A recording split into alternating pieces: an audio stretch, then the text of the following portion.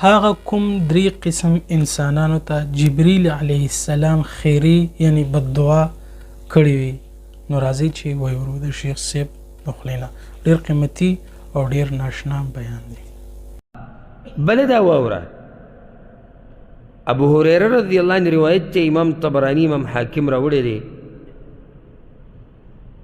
وی رسول صلی الله علیه وسلم چې رغم انف د ابو هريره رضی الله عنه چې کوم روایت ته د امام ترمذی راوړی رغم انف رجل ذکرت عنده فلم يصلي عليه الله دې د هغه سړي پوزه ککړه کې په خاوره کې چې زما تذکره د هغه په مخ کې وشي او په ما درود نه وایي دا خیري دي ګورې. بل حدیث کې راځي امام حاکم هم طبراني راوړی د کعب بن عجره چې رسول صلی الله علیه وسلم یو پیر منبر ته وختو نو دی اولنی پوړۍ د منبر ته چې وختو وی آمین بیا ثم ارتقى الاخرى دی دویمې ته وختو نو وی آمین بیا دی درېمې پوړۍ ته وختو وی آمین نو کله چې د منبر نه راکوز شو فارغه شو موږ ته چې د الله پیغمبره تاسو نن داسې خبرې وکړې چې موږ مخکې چېرته نه دي اورېدلي وی هغه وایي چې وسمعتموه ولې تاسو واورېدئ موږ چې موږ واورېد وی راته وایي چې جبریل علیه السلام راغلی و نو د اولنۍ پوړۍ سره راته دا وویې چې چا خپل مور پلار داسې حال کې موندلي چې هغوی بوډاګانې یا په هغوی کې یو بوډا شوی او دې جنت ته لاړ نه شي نو الله دې دې ذلیله او رسوا کړي وی ما وی آمین وی دویمې راته ووایي چې بعد من ذکرت عنده ولم يصلي عليك هغه سړی دی الله ذلیله کي الله دې لرې کي د رحمت نه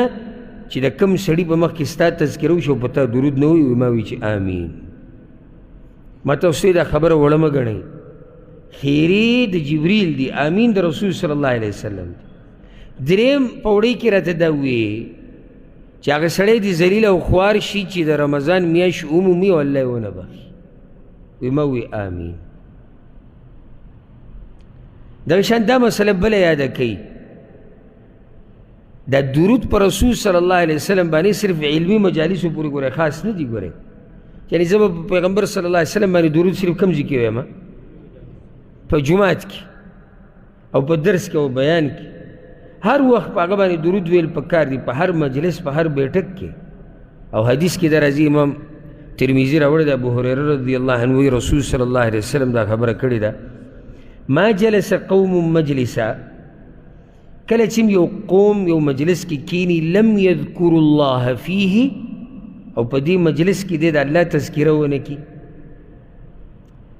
ولم يصلوا على نبيه او په دې مجلس کې به پیغمبر درود ونه ویلی شي الا كان عليهم تره د قیامت په ورځ دا مجلس د دوی باندې وبال ګرځي نو که الله وغواړي وبه بخي او که الله وغواړي عذاب به ورکړي. یو حدیث کې راځي الا كان عليهم حسره یوم القیامه د قیامت په ورځ به دا مجلس د دوی د افسوس ذریعه وګرځي. کم مجلس چې درود پکې نه او د الله ذکر پکې نه یعنی مجلس کې لازم دې سنه څه خبره پکار دي چې هغه د الله دین سره تعلق ساتي د الله سره تعلق ساتي پیغمبر باندې درود کم سے کم یو پیر ویلی شي چې دا مجلس ګورې د قیامت په ورځ د افسوسونو ذریعه ونه ګرځي. ګورې پرېږدئ دغه مجالس فالتو د غیبت د ټنګ ټکور د فحاشۍ د فیسبوک د ټیک ټاک د نشو تماشو د سیګرټ د نسوارو او دغه شان د نورو ګناهونو د مجالس داسې مجالس خپل جوړ کړئ چې بهی کې د الله ذکر کېږي او په رسول صلی الله علیه وسلم باندې درود ویلی کېږي. دلته یو فایده راته ذکر کړمه ذهن ته مې راله لکه ما هغوی لږ ساعت مخکې چې کله د رسول صلی الله علیه وسلم تذکره کېږي درود به وی او چې کتاب کې کوم ځای کوم نوم راځي درود به ورسره لیکي دا بعض کم خیال کړی کتابونو کې ورسره صاد لیکي یا صاد لام میم بعض لیکي صاد لام عین میم وی دا اختصار دی دی دا طریقه د پیغمبر صلی الله علیه وسلم د شان سره لایق نه ده. صاد څه شی شو خو پوره ولیکه که نه چې صلی الله علیه وسلم او ځکه یو عالم تیر شوی د الحافظ العراقي هغه په قصیده کې دا وی وجتنی بالرمز لها والحذف منها صلاة او سلاما تکفى د دې نه ځان لرې ساته چې ته رمز ورکې او مختصر ټکي لیکي چې یاره دا د اوریجنل پوره په رسول وسلم باندې وي پوره سلام او درود وایه خیال هم کړی که نه بعض کتابونو کې دي شي ساد یې لیکلی ورسره یا ساد لام یعنې دومره دی اوس دته ګرانه شو دومره غټ کتاب لیکي خو صلی الله علیه وسلم ولیکه که نه دو درې ټکي ورسره زیات کړه نو دا مناسب نه دي د رسول صلی الله علیه وسلم د شان سره